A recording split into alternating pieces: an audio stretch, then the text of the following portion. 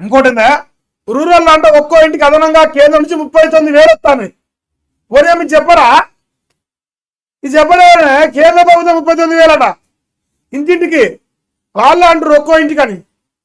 ఇప్పుడు నిన్న గిరిజనులకు 75,000, నరేంద్ర మోడీ ఇందిరా మిల్లకు గిరిజనులకు 75,000, ఊరూరికి 39. రాదురా మీరు మన తర్వాత బాగా చేస్తారు. మీతో చెరుంది నాకు. మా అన్న ఏం చెప్పిండా? రూరల్లో ఒక్కో ఇంటికి అదనంగా కేంద్రం నుంచి 39,000. కేంద్రం అంటే ఏంది? మోడీ పైసలు.